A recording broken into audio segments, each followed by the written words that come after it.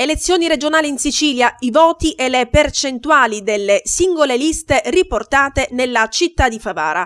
I votanti sono stati 14.375 dei 34.778 aventi diritto. I voti validi sono stati 13.672, quelli non validi, tra schede bianche e nulle, 703.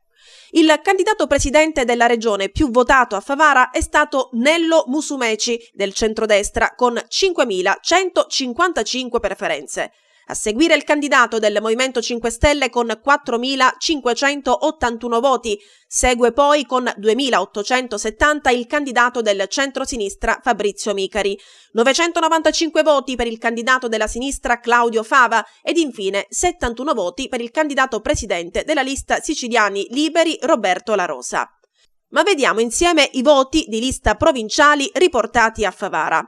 Lista numero 1 PD ottiene 1.850 voti, lista numero 2 Arcipelago Sicilia, Movimento dei Territori, Micari presidente ottiene 12 voti, lista numero 3 Alleanza per la Sicilia, Nello Musumeci presidente, Fratelli d'Italia, Alleanza Nazionale, Noi con Salvini ottiene 399 voti, lista numero 4 PDR Sicilia Futura, PSI ottiene 1.368 voti, lista numero 5, Nello Musumeci, diventerà bellissima per la Sicilia, ottiene a Favara 273 voti.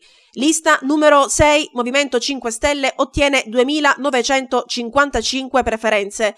Lista numero 7, Musumeci, Forza Italia, Berlusconi, ottiene 1.064 voti.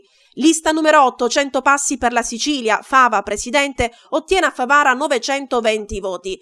Lista numero 9, Idea Sicilia, Popolari e Autonomisti, Musumeci presidente, ottiene 1.457 voti. Lista numero 10, Siciliani Liberi, ottiene 41 voti. Lista numero 11, Alternativa Popolare Centristi per Micari, ottiene 871 voti.